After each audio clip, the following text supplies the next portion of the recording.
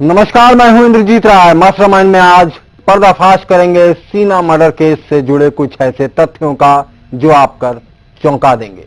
Sheena murder case के आरोपी इंद्राणी मुखर्जी, संजीव खन्ना और ड्राइवर श्याम राय पुलिस कस्टडी में हैं, लेकिन मास्टरमाइंड में आज हम आपको बताएंगे इस केस से जुड़े कुछ और किरदारों की भूमिका, जिससे साबित हो जाएगा कि शीना की हत्या का प्लान भले ही इंद्राणी का था, लेकिन इस प्लान में दूसरे लोग भी साझेदार या राजदार रहे।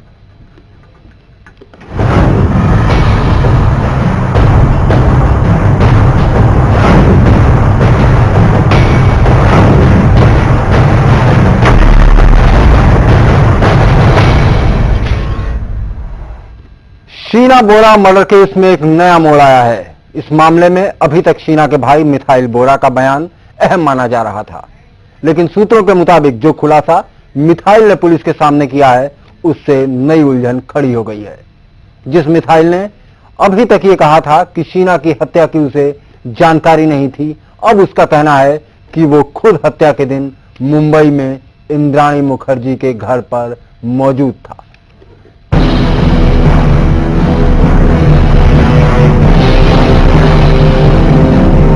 शीना के भाई का बड़ा खुलासा, मेरी भी हत्या करना चाहती थी इंद्राणी।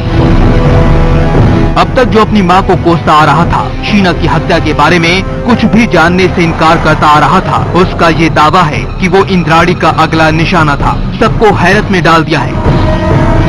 मुंबई पुलिस के पूछताछ में शीना के भाई मिथाइल बोरा ने चौंकाने वाला खुलासा किया है। मिथाइल के मुताबिक मां इंद्राणी ने मुझे फोन कर मुंबई के वर्ली स्थित अपने घर पर बुलाया था। कहा था कि राहुल और शीना की शादी के बारे में बात करना है।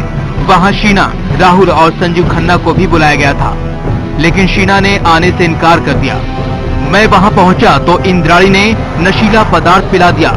मैं बेहोश होने लगा तो एक कमरे में बंद कर दिया गया।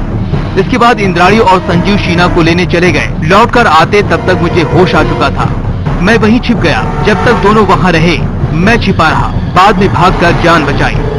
अगर वहां से नहीं भागता तो शीना के साथ उसकी भी हत्या कर दी जाती। दोनों की लाश को वर्ली में ही ठिकाने लगाने की साजिश थी।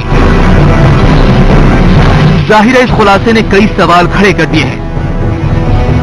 कल तक जो अनजान बना हुआ था, मां इंद्राणी पर सवाल खड़ा कर रहा था और उन पर आरोपों की बौछार कर रहा था, उसी शख्स के इस खुलासे ने सबको हैरत में डाल दिया। क्या है शीना हत्याकांड का सच? क्या मिथाइल सब कुछ जानता था? शीना हत्याकांड के 3 आरोपी पुलिस की गिरफ्त में हैं। पहला इंद्राणी, दूसरा इंद्राणी का दूसरा पति संजीव खन्ना और तीसरा इंद्राणी का ड्राइवर संजीव राय।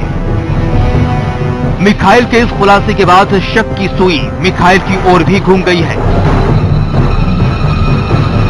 एक अंग्रेजी अखबार के मुताबिक इंद्राणी के बेटे मिथाइल ने अपनी बहन शीना की मौत के 13 दिन बाद उसके नाम से रिलायंस मुंबई मेट्रो कंपनी को इस्तीफा मेल किया था। अखबार के मुताबिक अपनी मां इंद्राणी के कहने पर मिथाइल ने ऐसा किया। मिथाइल बोरा ने मुंबई पुलिस की पूछताछ में जो खुलासे किए हैं, उससे इस हत्याकांड में इंद्राणी, संजीव खन्ना और ड्राइवर श्याम राय के अलावा एक चौथे शख्स के शामिल होने की संभावना प्रबल हो गई है। सूत्रों के मुताबिक मुंबई पुलिस की पूछताछ में मिथाइल बोरा ने माना है कि वो शीना के सोशल मीडिया और इंटरनेट के अन्य अकाउंट्स के पासवर्ड जानता था।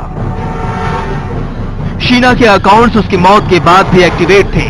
तो क्या मिथाइल बोरा शीना बोरा हत्याकांड का पूरा सच जानता है?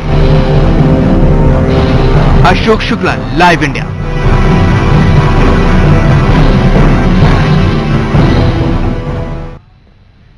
रिश्तों की अजीब कहानी, एक ऐसी मर्डर मिस्ट्री जिस पर इस वक्त पूरे देश की नजर है। हमारे साथ इस पर बात करने के लिए तमाम खास मेहमान मौजूद हैं। गौतम कौल साहब पूर्व पुलिस अधिकारी हैं, डॉक्टर जयंती दत्ता मनोवैज्ञानिक हैं, वसुंधरा पाठक मसूदी वरिष्ठ वकील हैं और प्रोफेसर सुरेंद्र नाथ फॉरेंसिक एक्सपर्ट हैं। लेकिन सबसे पहले हम आपको ले चलते हैं सीधे उस जगह जहां लाश मिली शीना की। हमारे साथ इस वक्त हमारे संवाददाता हितेंद्र पवार मौजूद हैं, जो कि इस वक्त उसी जगह से हैं जहां पे ये लाश बरामद हुई थी।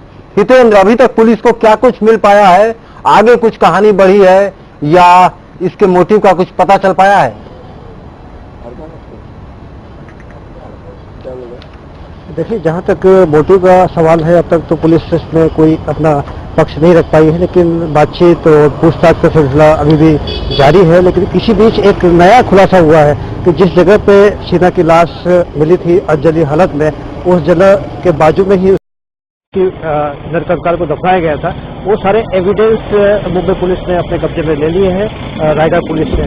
लेकिन उन तमाम मामलों में उस दौरान जो पुलिस अफसर वहां तैनात थे, उन लोगों से बहुत बड़ी कोताही हुई है इस मामले में। न तो उन्होंने एफआईआर दर्ज करी है पूरे मामले में, और न ही एक्सीडेंटल रिपोर्ट दर्ज करी है। बहुत ही संजीदा मामला था और इसको पुलिस ने बहुत संजीदगी से लिया है, और आईजी ने उस समय के जो अधिकारी हैं उनके खिलाफ जांच के आदेश दे दिए।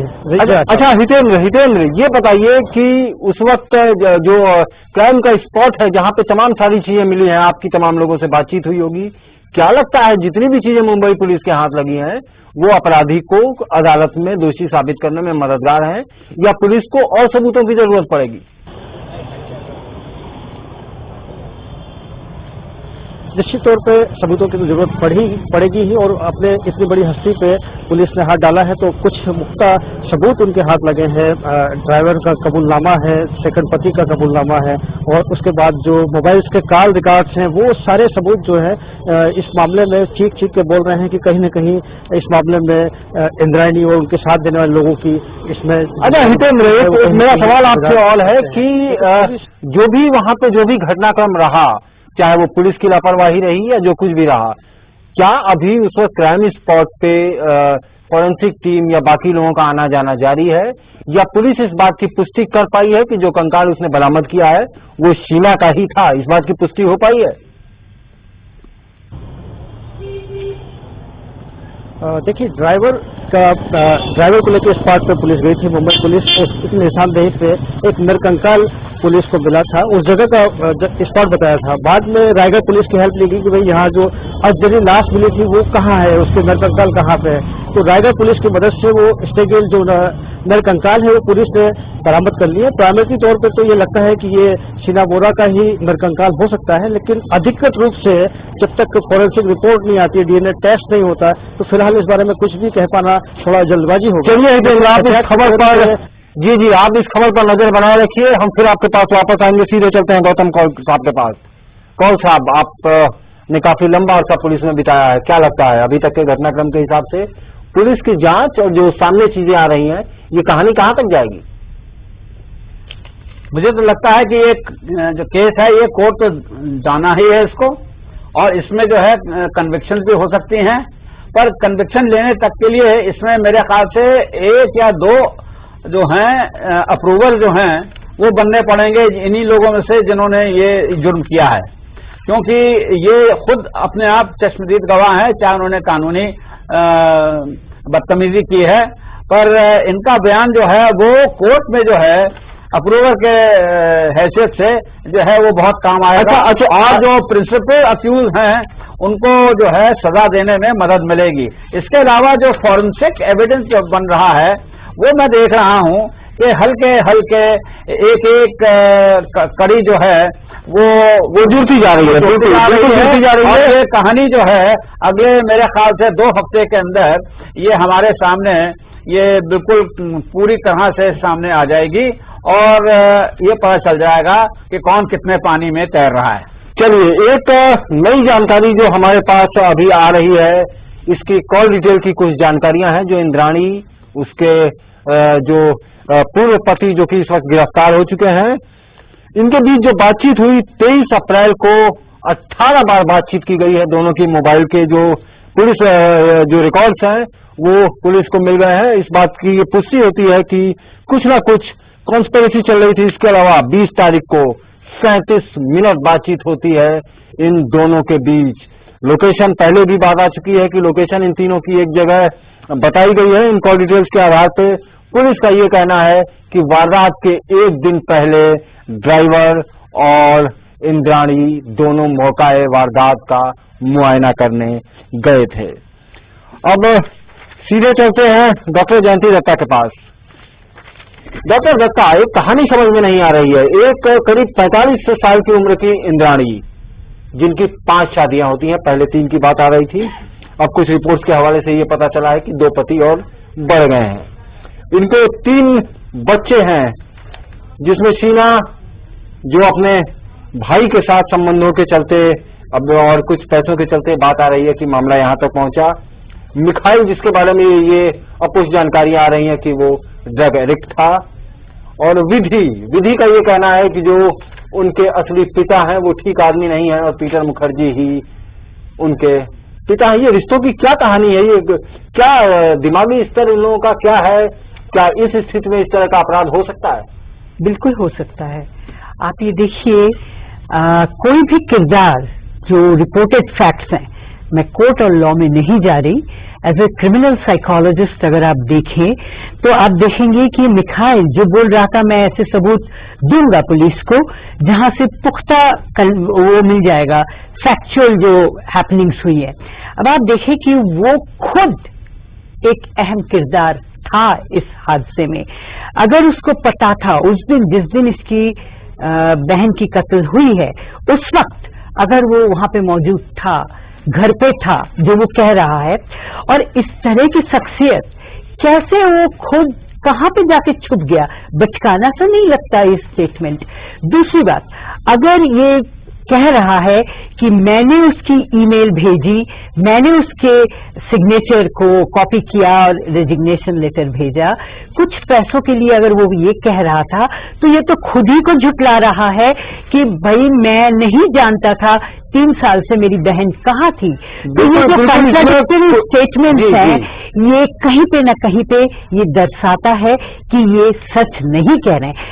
और भी जो किरदार है जो कह रहे हैं हमें मालूम नहीं था, ये इंद्राणी। मैं इसी पे आता हूँ डॉक्टर साहब जी। 5 पति, जिसमें संजीव खन्ना गिरफ्तार हो चुके हैं, पीटर मुखर्जी भी पुलिस के शक के दायरे में है, उनसे भी पूछताछ के लिए पुलिस ने बुलाया था। सिद्धार्थ दास को पुलिस तलाश कर रही है।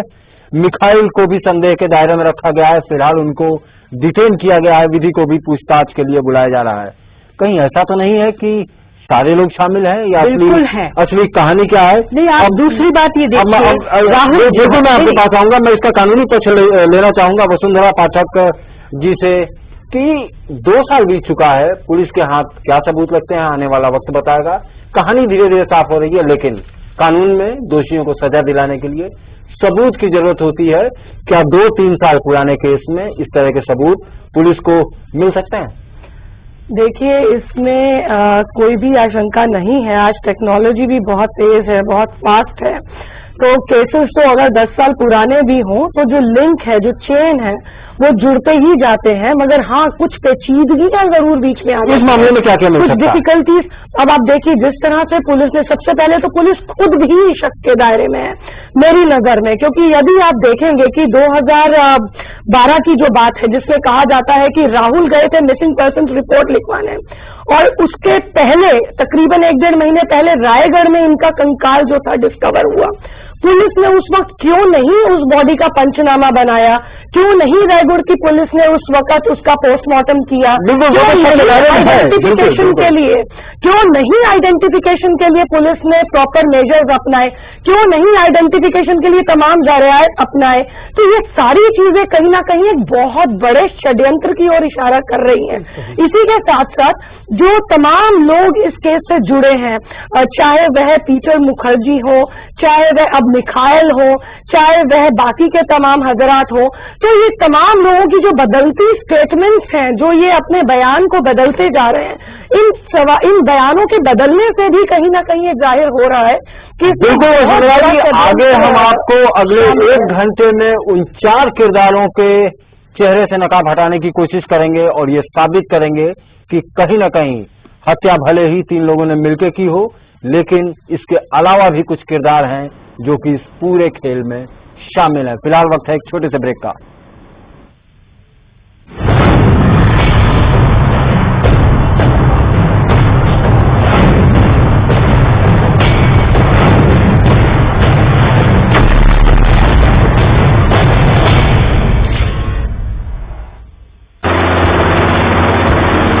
Please captain. Yes sir.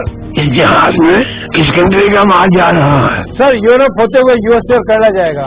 और अगले हफ्ते गल्फ कंट्रीज को जाएगा। मेरी मेहनत, आप सबका प्यार, यही है एमडीएच का इतिहास। असली मसाले सच सच एमडीएच। लो, ये कहाँ गया? रिकी? दादी, ये लो आपके 10 रुपए। कोई बात नहीं, 10 रुपए के सर्फ एक्सेल से ये सारे दाग साफ हो जाएंगे। सर्फ एक्सेल इजी वॉश, अब सिर्फ 10 रुपए में। शादी हुई, ससुराल में मायके का एहसास ढूंढ रही थी। वैसे यहां भी प्यार जताने वाला परिवार था, पर मेरा भविष्य सुरक्षित है इस बात से आत्मसम्मान और विश्वास मिला था। समृद्ध जीवन multi state multipurpose cooperative society limited. थाम लीजिए सहकारिता का हाथ, जुड़ जाइए समृद्धि के साथ। सभी सुविधाएं केवल सदस्यों के लिए उपलब्ध है। WS brand host clamps made in Taiwan, सालों से भरोसे और क्वालिटी का प्रतीक। असली अब सिर्फ इस नई पैकिंग को देखकर ही खरीदें। कई तरह के नकली माल व डिब्बों से सावधान। क्या रक्षाबंधन के पवित्र त्योहार को ध्यान में रखते हुए हम 12 रुपये वाली या 330 रुपये वाली जन सुरक्षा योजनाएं जीवन भर के लिए अपनी इन बहनों को गिफ्ट दे सकते हैं। मित्रों, मन की बात सुनने के बाद मैंने अपने काम वाली बहन, ड्राइवर और अपने धोबी का बीमा करवाया। आप भी अपने ऊपर आश्रित लोगों को आज ही बैंक ले जाकर उनका बीमा करवाएं। तो चलो हम सब मिलकर इनका बीमा कराएं। सिर्फ रिश्तों का ही नहीं है सुरक्षा का बंधन, सुरक्षा बंधन।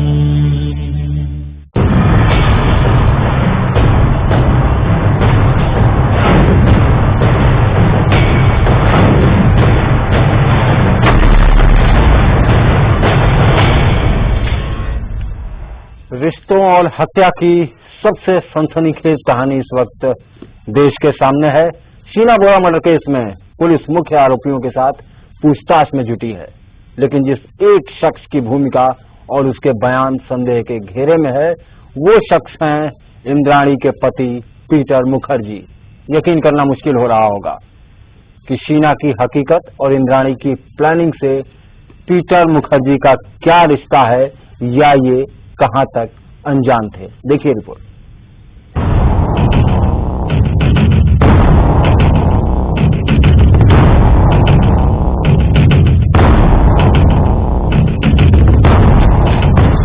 मीडिया इंडस्ट्री का एक बड़ा नाम पीटर मुखर्जी।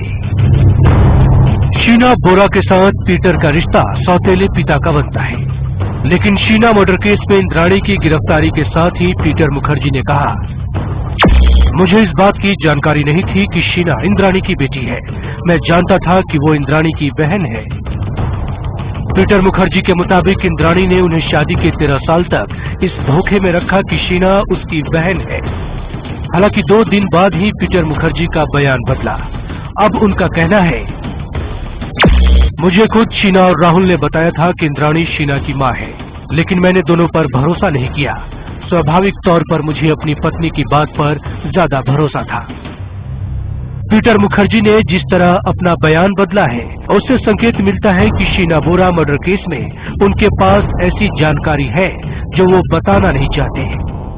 अगर इंद्राणी पर आंख मूंद कर उनको यकीन था, तब भी किसी पति के लिए ये जानकारी हैरान कर देने वाली है, और पीटर के लिए शीना की सच्चाई पता करना मुश्किल भी नहीं था। लेकिन पीटर ने ऐसा नहीं किया। पत्नी इंद्राणी पर भरोसे की हद तब हो गई जब शीना की हत्या के बाद इंद्राणी ने बताया कि शीना पढ़ाई करने के लिए विदेश चली गई है, और पीटर मुखर्जी ने इस बात पर भी यकीन कर लिया। ये जानने की कोशिश नहीं की कि शीना का इतनी जल्दी विदेश जाने का प्रोग्राम कैसे बना और वो कहां रह रही है। 3 साल के लंबे वक्त में जब शीना का कॉल तक पीटर या दूसरे रिश्तेदारों के पास नहीं आया, तब भी पीटर मुखर्जी को शक नहीं हुआ। हालांकि पीटर मुखर्जी और शीना एक दूसरे के करीब रहे थे, और पीटर मुखर्जी के पारिवारिक समारोह में भी शीना शिरकत किया करती थी। तो फिर पीटर ने सच्चाई जानने की कोशिश क्यों नहीं की? इस सवाल का जवाब नहीं मिल पा रहा।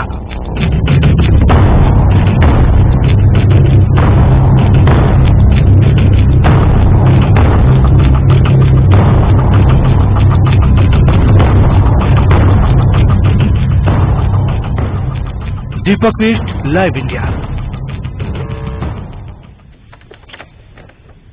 ये कहानी कहां तक जाएगी, इसके लिए कुछ दिन इंतजार करना पड़ेगा। फिलहाल हमारे साथ प्रोफेसर सुरेंद्र नाथ मौजूद हैं, फोरेंसिक एक्सपर्ट हैं। सीधे इनके पास चलेंगे। प्रोफेसर साहब, 5 वो चीजें क्या हैं, आप पूरे केस को देख रहे हैं, पूरे केस को समझ रहे होंगे, वो 5 चीजें क्या हैं जो अपराधी तक पुलिस को पहुंचाएंगी और ये साबित करेंगी कि आखिर दोषी कौन है?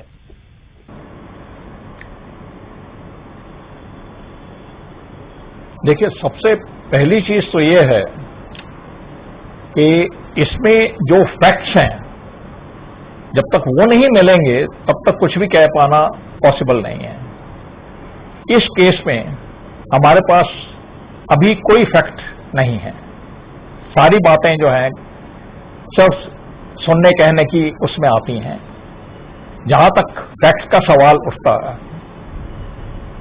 हमें एक डेड बॉडी मिली है, बोन्स मिली हैं। उन बोन्स का कोई एनालिसिस किया गया नहीं। ये क्यों नहीं किया गया? जब बोन्स इनके पास हैं, स्केलेटन इनके पास है। चलिए एक मिनट हम आपको एक खबर दे देते हैं। आपने बड़ा महत्वपूर्ण सवाल उठाया। जे अस्पताल में जो हड्डियां वगैरह रखी थी, ये खबर आ रही है कि वो सारे सैंपल गायब हो चुके हैं। इस वक्त वो उस अस्पताल में नहीं है। हालांकि इस खबर की पुष्टि होना बाकी है। इसके अलावा कुछ नमूने हालांकि जरूर थे जो फ्रेश पुलिस ने कलेक्ट किए थे, वो जरूर फॉरेंसिक एग्जामिनेशन के लिए भेजे गए हैं। लेकिन प्रोफेसर साहब, कंप्यूटर्स की फॉरेंसिक एक्सपर्ट्स ने जांच की होगी कि आखिर उसके मरने के बाद उसके फेसबुक अकाउंट को कौन चला रहा था, उसका जो रेजिग्नेशन भेजा गया वो किसने भेजा। इसके अलावा तमाम किरदार जो सामने आ रहे हैं जिन्होंने हत्या की, मोबाइल की लोकेशन से उसके टावर आईडीज, वो जरूर कुछ साबित करेंगे। तो कुछ तो ऐसी बात होगी, कुछ तो फैक्ट्स मुंबई पुलिस के पास हैं जिनके आधार पे वो कहानी जोड़ सकती है। लेकिन ये कितने दमदार हैं, ये मैं आपसे जानना चाहूंगा। नहीं, ये चीजें दमदार हैं, लेकिन उतनी दमदार नहीं क्योंकि फैक्ट नहीं देती। अब जैसा कि आपने अभी अभी बताया कि वो बोन्स वगैरह सब जो हैं गायब हो चुके हैं। जो भी चीजें मिली हैं वो गायब हो गई हैं। ऐसी हालत में इसके बारे में कुछ भी फैक्ट्स स्वरूप में कह पाना पॉसिबल नहीं। और अगर ये फैक्ट्स मिल जाते हैं, कुछ बोन्स मिल जाती हैं, अरे बोन्स आइडेंटिफाई हो जाती हैं कि शीना की, तो उस बेस पे ये इजी हो जाता है कि इस चीज को आइडेंटिफाई करना कि ये स्केलेटन जो है या बोन्स जो हैं वो शीना की ही हैं। और तो इसी सवाल को लेकर ना गौतम कौन हमारे पास ऐसा कोई भी सबूत नहीं है। बिल्कुल मैं इसी सवाल को लेकर गौतम कौल साहब के पास चलता हूं। कौल साहब, जाहिर सी बात है, इतना हाई प्रोफाइल मर्डर केस है जिसमें एक बहुत बड़े आदमी का नाम शामिल है, उनकी पत्नी को गिरफ्तार किया गया है। क्या मुंबई पुलिस इस बात की तस्दीक किए बिना कि ये शव किसका है, क्या इतना बड़ा कदम उठा सकती है? आप पुलिस में लंबे अरसे तक रहे हैं, जिस तरीके से मुंबई पुलिस इस मामले की छानबीन कर रही है, लोगों को धड़ाधड़ गिरफ्तार कर रही है, तो क्या ऐसा संभव है कि बिना वो इस बात को वेरीफाई करे कि आखिर ये डेड बॉडी किसकी है, वो ये सब कर देगी? जरा थोड़ा ताज्जुब हो रहा है कि इस तरह की हरकतें वहाँ बंबई में थानों के अंदर और वहाँ के अस्पतालों में हो रही है। इसमें जरूर कोई न कोई एक छुपा हुआ हाथ है जो कि शय दे रहा है पुलिस वालों को कि तुम इस तरह की गड़बड़ियां करो जिससे कि केस जो है वो कमजोर हो जाए। जैसे कि अभी आपने बताया कि जे हॉस्पिटल में से कंगाल की हड्डियां जो हैं कुछ गायब हो गई। मैं आपको यहाँ क्लियर कर दूं, ये उस वक्त की हड्डियां हैं जो पहले की हैं। जी बिल्कुल पहले दिए हैं, उन अधिकारियों पर कार्रवाई। हाँ, वो जो है, अब ऐसा है कि ये हड्डियां जो हैं ये अगर अनक्लेम हो उस समय की, तो ये उस पर जो है पुलिस जो है वो कार्रवाई कर सकती है उनका डिस्पोजल के लिए। उसकी एक विधि है, वो अगर कानून से थोड़ा हटके आपसे प्रैक्टिकल पूछ रहा हूं कि एक पुलिस अधिकारी क्या इतने बड़े आदमी पर, चाहे वो इंद्राणी मुखर्जी हो या जो तमाम लोगों के नाम आ रहे हों उन पर बिना ये जाने या बिना इस बात को वेरीफाई किए, हो सकता है कानूनी तौर पर वेरिफिकेशन अभी होना बाकी हो, लेकिन क्या बिना वेरीफाई किए कि ये जो हत्या है या डेड बॉडी है ये शीना की नहीं है और उसके बिना उसके बावजूद ये गिरफ्तार कर सकते हैं? क्या ऐसा संभव है? देखिए, गिरफ्तारी जो है वो किसी शक पे भी हो सकती है, जरूरी नहीं है। पुलिस पे जो है उनका डिस्क्रिशन है। ज्यादातर पुलिस जो है ऐसे केसों में तभी गिरफ्तारी करती है जब उनके पास काफी सबूत पहले से ही हों। चलिए वो जानते हैं, बात करेंगे, लेकिन अभी फिलहाल वक्त हो गया एक छोटे से ब्रेक का। ब्रेक के बाद हम आएंगे और उन सबूतों को समझने की कोशिश करेंगे। इसके अलावा 2 नए किरदार हम आपको बताएंगे जिनको शक के दायरे में रखा गया है और वो वजह भी बताएंगे कि आखिर इन्हें शक के दायरे में क्यों रखा गया।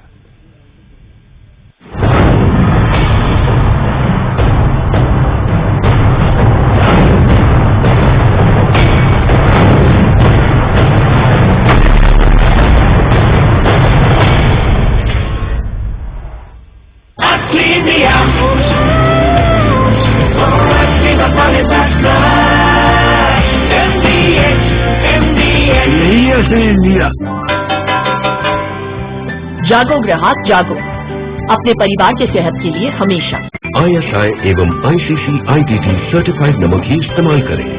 अंकुर नमक, असली नमक। The pride of India. Vim gel सिर्फ 10 रुपए में। इतनी महंगाई?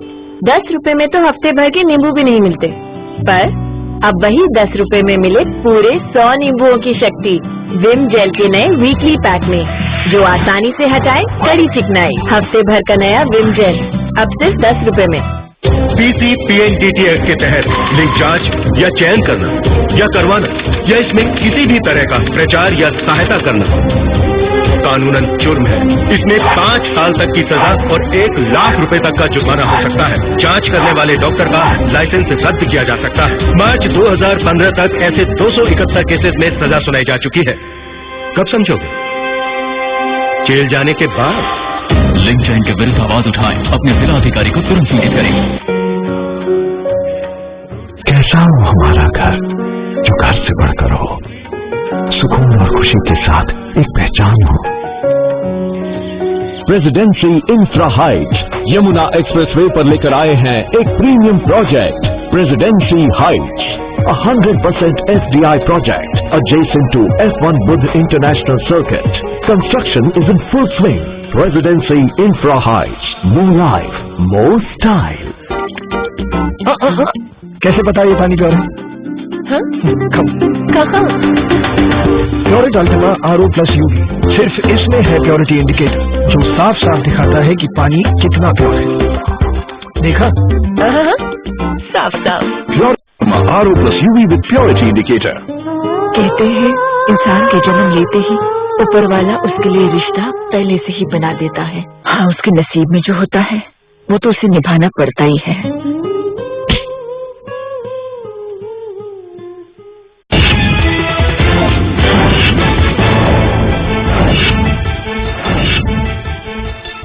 शीना बोरा मर्डर केस में शुरुआती जांच में लापरवाही बरतने वाले पुलिसकर्मियों के खिलाफ जांच के आदेश। तत्कालीन रायगढ़ पुलिस सुपरिटेंडेंट और एडिशनल पुलिस सुपरिटेंडेंट के खिलाफ जांच के ऑर्डर। शीना मर्डर केस सुलझाने के और करीब पहुंची मुंबई पुलिस। मर्डर में इस्तेमाल कार बरामद। संजीव इंद्राणी और आरोपी ड्राइवर से मिखाइल के आमने सामने बैठाकर हो रही है पूछताछ। शीना मर्डर मिस्ट्री में शीना के भाई का बड़ा खुलासा। वारदात वाले दिन निशाने पर था मिखाइल, नशा खिलाकर उसकी भी ली जा सकती थी जान। जाति आरक्षण की मांग करने वाले हार्दिक पटेल की गुजरात सरकार के मंत्री निखिल पटेल के साथ बैठक। हार्दिक ने सामने रखी 5 मांगे। आंदोलन में मारे गए लोगों का मुआवजा भी मांगा। कल दिल्ली आएंगे हार्दिक पटेल। पटना में महागठबंधन की रैली में कल लालू नीतीश के साथ मंच साझा करेंगी सोनिया गांधी।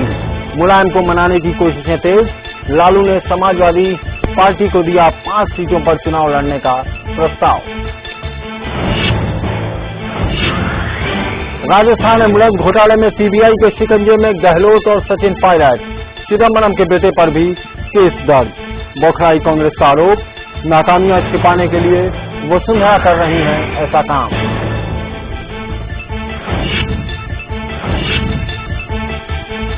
सानिया मिर्जा को मिला खेल का सबसे बड़ा पुरस्कार। राष्ट्रपति प्रणब मुखर्जी ने दिया राजीव गांधी खेल रत्न पुरस्कार।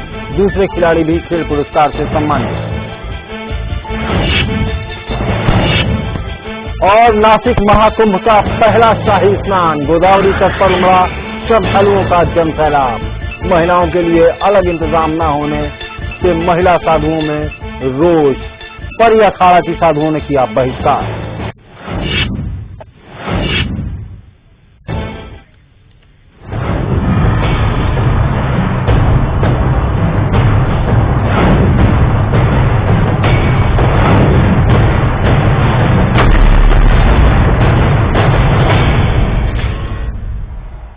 शीना बोरा मर्डर केस में सबसे हैरान करने वाली भूमिका संजीव खन्ना की है। इंद्राणी के इस पूर्व पति के पास शीना की हत्या की क्या वजह हो सकती है, ये अभी भी उलझा हुआ सवाल है। आपको बता दें कि लाइव इंडिया के सूत्रों के मुताबिक पीटर मुखर्जी से विवाह के बाद पिछले कुछ सालों से इंद्राणी संजीव खन्ना के बेहद करीब रही हैं। लेकिन सवाल है कि हत्या जैसे अपराध में संजीव खन्ना आखिर क्यों शरीक हुआ।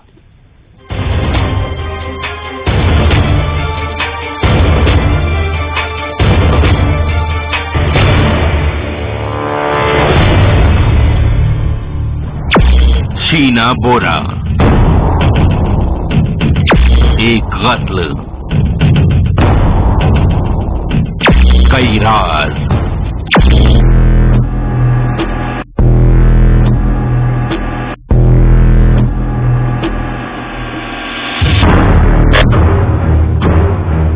शीना बोरा को खत्म करने की योजना किसने बनाई? इंद्राणी ने या उसके पूर्व पति संजीव खन्ना ने? किसने बुनी साजिश?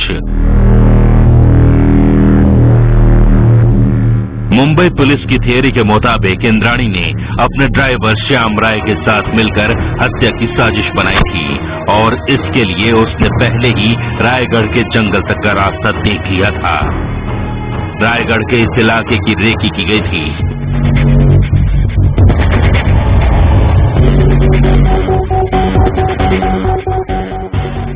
23 अप्रैल 2012 को संजीव खन्ना मुंबई पहुंचा।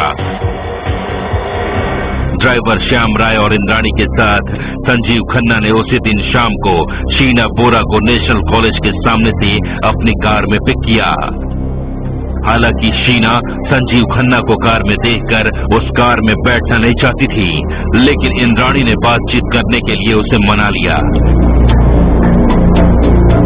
पुलिस के मुताबिक पानी में मिले नशीले पदार्थ की वजह से शीना बेहोश हो गई और इसके बाद गला दबाकर उसकी हत्या कर दी गई।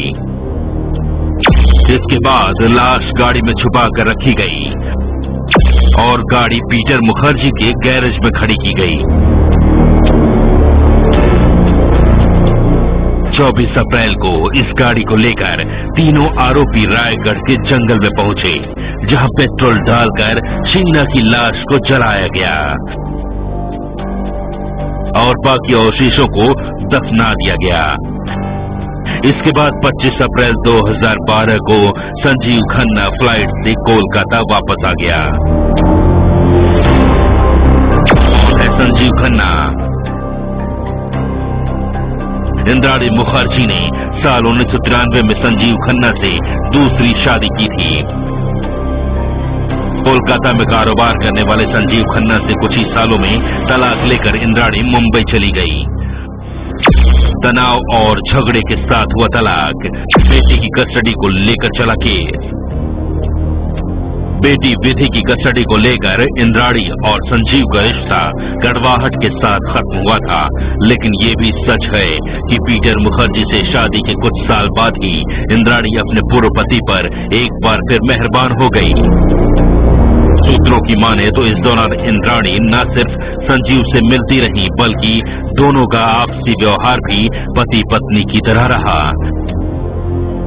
यहाँ तक कि खराब दौर से गुजर रहे संजीव खन्ना का बिजनेस फिर से खड़ा करने के लिए इंद्राणी ने उसकी फाइनेंशियली मदद की।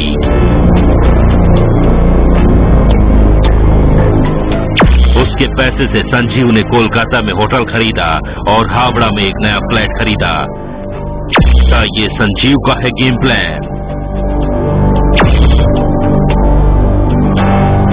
ऐसा लगता है कि पीटर मुखर्जी की पत्नी होने के बावजूद इंद्राणी अपने पूर्व पति के ज्यादा करीब आ गई थी, और इसकी एक वजह विधि भी हो सकती है, जो संजीव और इंद्राणी की बेटी है और जिसे पीटर मुखर्जी ने कानूनी तौर पर गोद ले लिया है।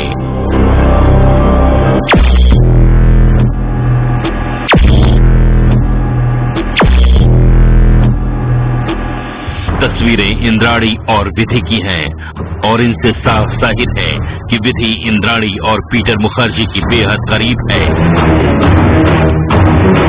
आपको बता दें कि ये तस्वीरें शीना की हत्या के बाद की हैं। संजीव की आंखों में खटक रही थी शीना। तो क्या अपनी बेटी की राह से शीना को हटाने के लिए संजीव खन्ना ने साजिश बुनी? सबसे बड़ा सवाल कि आखिर अपने पूर्व पति से तलाक ले चुकी इंद्राणी मुखर्जी संजीव खन्ना के साथ क्या कर रही थी। संजीव खन्ना से रिश्ते तलाक होने के बाद जाहिर सी बात है कि रिश्ते बेहद खराब होते हैं, लेकिन उसके बाद ये रिश्ते अचानक कैसे बन गए, और उनकी बेटी जो अपने पिता से नफरत करती है और पीटर मुखर्जी के अचानक करीब कैसे आती है। इस सवाल के लिए मैं डॉक्टर जयंती दत्ता के पास चलूंगा। डॉक्टर दत्ता, ये क्या कहानी है कि एक पत्नी अपने पति को तलाक देती है, नए पति के साथ घर बसाती है, लेकिन पिछले 1 साल से उसके संपर्क में रहती है। क्या कहानी लगती है आपको? क्या ये मनोदशा होगी इसकी? देखिए, मुझे तो ये लगता है total scenario is of A dysfunctional family. कोई भी रिश्ता अगर आप परखें तो पनप नहीं रहा था, चाहे वो हस्बैंड के साथ वाइफ का हो और माँ के साथ बेटी का हो या भाई के साथ बहन का हो। हर जगह रिश्ते जब गड़बड़ाने लगते हैं, भरोसे वाली, आप ये सोचिए यहाँ पे 3 लेडीज इन्वॉल्व हैं, ठीक है, लेकिन किसी भी एक लेडी को क्या उस तरह का एक सेटिस्फाइड रिलेशनशिप किसी के साथ था क्या? देखिए, जो इंद्राणी है उसको वापस अपने फर्स्ट जो एक्स पति है उसके पास जाना पड़ता है। जो प्रेजेंट पति है उनके साथ इनका मनमुटाव चल रहा है। बेटी के साथ इनका डिस्फंक्शनल रिलेशनशिप है, बेटे के साथ डिस्फंक्शनल। बेटा माँ के लिए कह रहा है कि माँ वॉज नॉट ऑल राइट। भाई बहन का रिश्ता नहीं पनप रहा है। ये देखिए तो सही, परिवार है कहाँ? Everybody is guided by a self centred. बहुत ही महत्वपूर्ण सवाल उठाया डॉक्टर जयंती दत्ता ने। इसी सवाल को लेकर मैं चलूंगा वसुंधरा जी के पास। वसुंधरा जी, आप क्रिमिनल लॉयर रही हैं, तमाम केस आपने हैंडल किए हैं। जरा ये समझाने की कोशिश करिए कि आखिर क्या वजह हो सकती है कि एक पत्नी, पूर्व पत्नी अपने पुराने पति के पास आए और उसकी बेटी जो है वो नए पति से अचानक नजदीक हो जाए। ये रिश्तों की कहानी किस तरफ इशारा करती है? देखिए, ये एक बहुत कॉमन सी बात भी है। जब हम डिवोर्स के केसेस भी डील करते हैं तो अक्सर ये देखा गया है कि जो मियाँ बीवी अलग हो गए हैं वो दोबारा कभी ना कभी एक दूसरे से अगर टकराएं तो उनके अंदर इंटीमेसी दोबारा पनपती है। तो इसमें भी कुछ इसी किस्म की बात आई है, और कहीं ना कहीं मुझे ये लगता है कि ये एक प्रेशर में, क्योंकि एक जो इतने दिनों से हम एक कहानी सुनते आ रहे हैं या बयानों के जरिए, रिपोर्ट्स के जरिए कि मास्टरमाइंड इंद्राणी है, हो सकता है कि मास्टरमाइंड कोई और हो और इंद्राणी के थ्रू उसने ये सारा जो काम है ये खेला है। क्योंकि अगर आप एक बेनिफिशियरी की तरफ देखें तो कॉमन इंटेंशन संजीव खन्ना की या इंद्राणी मुखर्जी की क्या हो सकती है, यहाँ पर कॉमन इंटेंशन एस्टैब्लिश करना बहुत इंपॉर्टेंट है। और कॉमन इंटेंशन इन लोगों के लिए सिर्फ एक कॉमन पर्सन है, दैट इज विधि, जो कि इंद्राणी के पूर्व पति संजीव खन्ना, जो कि उस कत्ल में शामिल है रिपोर्ट्स के आधार पर, उनसे है। तो कहीं ना कहीं ये एक बहुत बड़े विधि तो कह रही है कि वो अपने जो असली पिता है संजीव खन्ना उनसे नफरत करती है, और नए जो उसके पिता हैं, स्टेप फादर हैं, उनके वो काफी नजदीक है, और माँ जो है वो संजीव खन्ना के नजदीक चली जाती है। ये क्या चक्कर है, ये क्या कहानी है? देखिए, अक्सर तथ्य और सत्य में बहुत बड़ा गैप होता है। जो तथ्य हमें दिखते हैं, जिनके आधार पर हमें लगता है कि ये फैक्ट है, वो भ्रम है। हम इतने भ्रमान्वित हो जाते हैं कई दफा उन तथ्यों को देख के, क्योंकि हो सकता है ये शुरू से एक लंबी कॉन्स्पिरेसी चलती आ रही हो, ताकि विधि का जो एक अपना शेयर है उस प्रॉपर्टी में वो सिक्योर्ड रहे। बिल्कुल बिल्कुल, बहुत बड़ा इंपॉर्टेंट सवाल आपने उठाया। मैं सीधे चलूंगा, मैं इस वक्त चलूंगा जी, बोलिए। अगर आप देखें कि जो इनके फियांसे, जैसे आप लोग रिपोर्ट कर रहे हैं, उससे ये महसूस होता है कि जो फियांसे था उसके पास इसकी पासपोर्ट थी, उसके बावजूद वो क्यों मानता रहा कि ये डिसअपियरेंस शायद अमेरिका में जाके ये बस गई हैं। जी बिल्कुल बेहद इंपॉर्टेंट सवाल है। हम सीधे चलेंगे प्रोफेसर सुरेंद्रनाथ जी के पास। प्रोफेसर साहब, ये क्या कहानी है? आपने भी काफी सारे केसेस को हैंडल किया होगा, आरुषि केस पे भी काफी कुछ आपने स्टडी किया होगा। ये तो कहानी और उलझती जा रही है। एक पूर्व पत्नी अपने पूर्व पति के नजदीक आ जाती है, लेकिन उनका बेटा नए पति के पास चला जाता है। फॉरेंसिक साइंस में क्या ये एस्टेब्लिश करने का कोई साधन है, या एस्टेब्लिश इस केस में किया जा सकता है, जिससे ये पता लगाया जा सके कि आखिर वो वजह क्या थी कि बेटी बाप और सौतेली माँ और सौतेले बाप के बीच में ये रिश्तों का कनेक्शन चल रहा था? देखिए, फोरेंसिक साइंस के अंदर इस प्रकार का कोई विधि नहीं है ऐसी जो ये बता सके कि ये इस तरह के रिलेशन क्यों हो रहे हैं। कोई ऐसा कोलैबोरेट करता हुआ कोई ऐसा तथ्य आ जाए जी? साइंस, ये बोलिए प्रोफेसर साहब। नहीं, वो भी बड़ा मुश्किल है, क्योंकि उसमें कोई ऐसा फैक्ट नहीं मिलता। अब फोरेंसिक साइंस जब डील करती है किसी भी केस को, तो उसमें कोई फैक्ट होता है। तो जब तक फैक्ट नहीं आएगा तो फोरेंसिक साइंस का रोल नहीं आता उसमें। अब ये रोल सोशियोलॉजिस्ट का है, साइकोलॉजिस्ट का है, उनका रोल है, वो इसका एग्जामिन कर सकते हैं, उसका प्रिजम्पशन दे सकते हैं कि क्या कारण हो सकता है, लेकिन उसके लिए क्या हुआ, किस तरह हुआ, ये बता पाना जो है वो पॉसिबल नहीं। बिल्कुल, यानी कि सारी नजरें अब पुलिस की तरफ टिकी होंगी और पुलिस की इन्वेस्टिगेशन पे टिकेंगी। गौतम कौन सा आपके पास ब्रेक के बाद चलेंगे और ये जानने की कोशिश करेंगे कि आखिर इस वक्त सारी नजरें पुलिस पे टिकी हैं। अब पुलिस इस मामले में क्या कर सकती है और क्या नतीजे आ सकते हैं। फिलहाल वक्त है एक छोटे से ब्रेक का।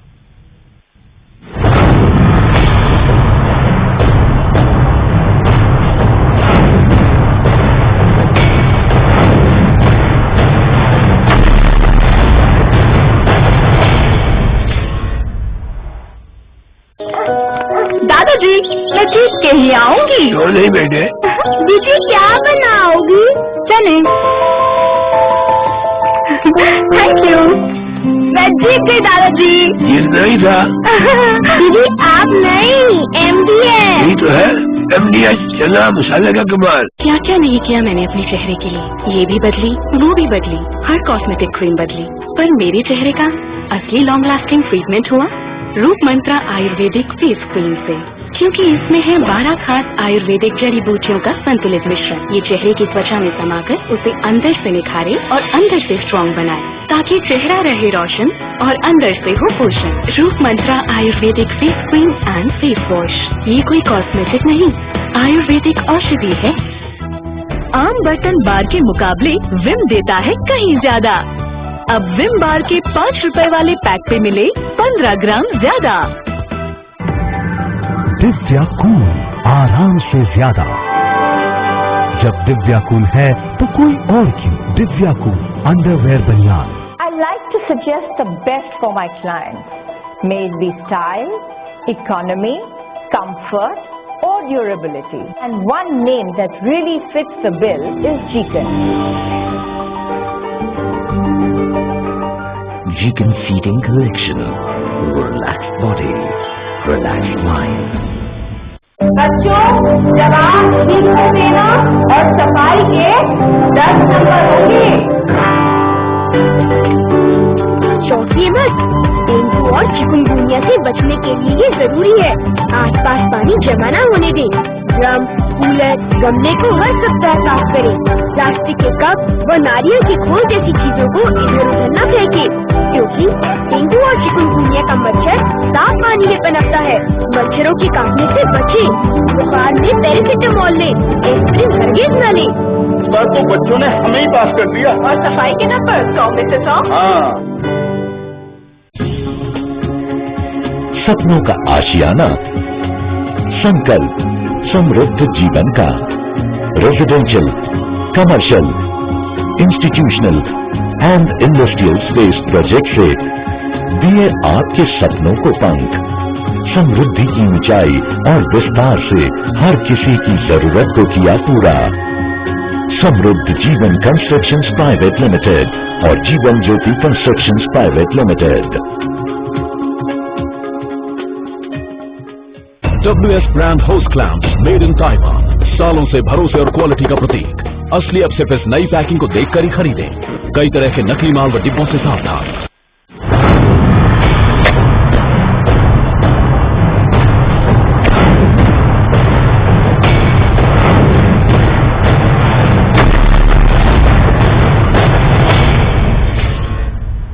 पीटर मुखर्जी के अलावा उसका बेटा राहुल मुखर्जी भी संदेह के दायरे में है। राहुल और शीना के बीच प्रेम संबंध था और बात शादी तक पहुंच गई। कहा यह भी जा रहा है कि इन दोनों की देहरादून में मंगनी हुई। पीटर और इंद्राणी को इस बात से सख्त ऐतराज था, लेकिन हैरत की बात है कि जब शीना एक झटके से गायब हुई तब राहुल ने गंभीरता से उसकी खोज खबर क्यों नहीं ली। सूत्रों की माने तो राहुल को भी इस हत्या की पूरी खबर थी, लेकिन किसी समझौते के तहत उसने अपना मुंह बंद रखना ठीक समझा, क्योंकि सवाल वाजिब है, आखिर एक ऐसा शख्स जो किसी से इतना नजदीक हो, उसका पासपोर्ट उसके पास हो और उसे बताया जाता हो कि उसकी मंगेतर या जिससे वो प्रेम करता है वो अमेरिका चली गई, उसके बाद भी वो 2 या 3 साल तक चुप कैसे रह सकता है। ये रिपोर्ट देखिए।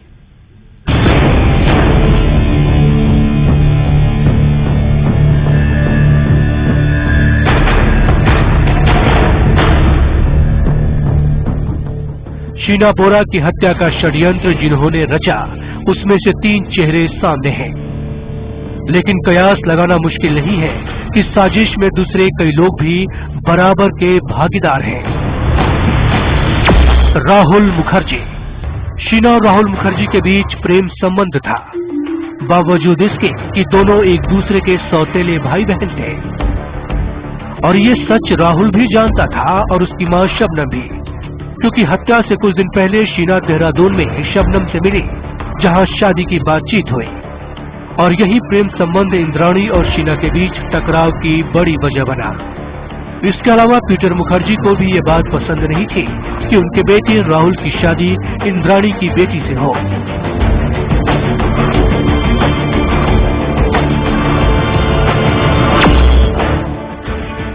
जिस दिन शीना की हत्या हुई, राहुल शीना के साथ था और उसी ने उसे नेशनल कॉलेज के सामने ड्रॉप किया था, जहां से शीना इंद्राणी और संजीव के साथ गई थी।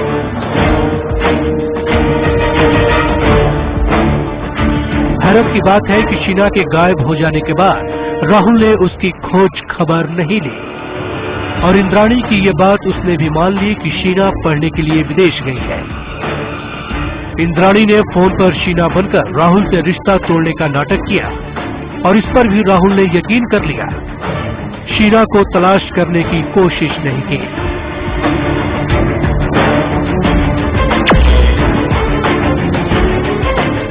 सूत्रों की माने तो राहुल की चुप्पी इंद्राणी की साजिश का हिस्सा है।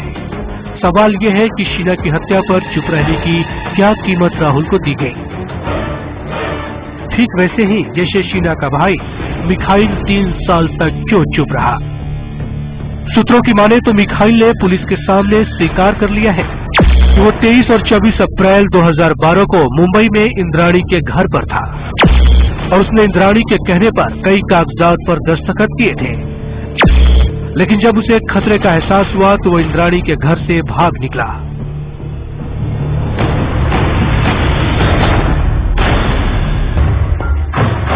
और 23 अप्रैल को ही शीना की हत्या की गई। अब बड़ा सवाल यह है कि क्या मिखाइल इंद्राणी से मिला हुआ था या फिर उसने रुपए की लालच में उसका साथ देने का फैसला किया।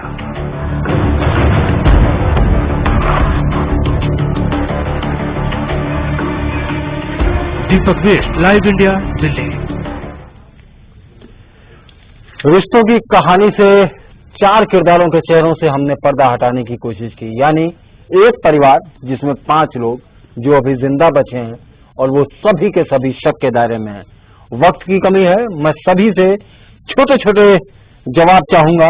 मेरा सीधा सवाल है कि अब इस केस का क्या होगा? गौतम कौल साहब, ये केस तो कोर्ट में जा रहा है और कोर्ट में जाएगा तो इसमें बहुत सारे जो हैं लोग, वो उनकी चार्जशीट बनेगी, उनको गुनहगार गिना जाएगा, केस जो है लंबा जाएगा। मीडिया के लिए मेरे ख्याल से बड़े तगड़े प्रोग्राम होंगे, आप हो सकता है हमको फिर से बुलाएं, और इसके बाद इसमें सजाएं होंगी। किसको सजा होगी, कितनी होगी, ये अभी देखना बाकी है, क्योंकि अभी एविडेंस इकट्ठा हो रहा है। डॉक्टर जयंती दत्ता, आपका जवाब चाहूंगा। समाज किस ओर जा रहा है और ये जो कहानी रिश्तों की उलझा जाल है, इसकी वजह क्या है? ये बहुत दुखद स्थिति है। सोचिए किन हालात में इस तरह की एक बच्ची को मौत का सामना करना पड़ा, और कुछ सो मच ऑफ वायलेंस। मैं समझती हूँ और मैं प्रे भी करती हूँ कि जो भी गुनहगार है उसको सजा जरूर मिले इसकी। वसुंधरा जी, अदालत में क्या होगा? बचाव पक्ष और आरोप पक्ष की कितनी लंबी जिरह चल सकती है, और क्या इस बात की उम्मीद है कि दोषियों को उनकी असली सजा मिल पाए? देखिए, बहुत महत्वपूर्ण है ये जो आपने बात की कि दोषियों को उनकी सजा मिल पाए। उसके लिए बहुत महत्वपूर्ण हो जाएगा कि सबसे पहले जो इंद्राणी की बॉडी है, इसका जो फॉरेंसिक जांच पड़ताल है, डीएनए इसका ले लिया जाए और इस चीज को स्थापित कर दिया जाए कि ये बॉडी शीना की जो है, ये बॉडी शीना की है। दूसरा महत्वपूर्ण चीज जो है कि वो मौका वारदात पे मौजूद थी, उसकी मौजूदगी को एस्टेब्लिश करना प्रोसिक्यूशन के लिए और उनके साथ जो लोग शामिल थे डिस्पाइट उनकी कन्फेशनल स्टेटमेंट के लिए बहुत इंपॉर्टेंट बन जाता है। तीसरा, कॉमन मोटिव जो है, common motive, what was the mens rea क्या था इस केस में? यदि प्रोसिक्यूशन इन 3 इंग्रेडिएंट्स को एस्टैब्लिश कर देता है तो मैं समझती हूँ जो भी लोग अक्यूज्ड लोग हैं इनके खिलाफ एक पुख्ता केस बन जाएगा और इनको इनकी। चलिए सीधे चलते हैं प्रोफेसर सुरेंद्रनाथ साहब के पास। प्रोफेसर साहब, क्या इन्वेस्टिगेटर सारी चीजों को ढूंढ पाएंगे? अभी तक के मामले को देखते हुए आपको क्या लगता है?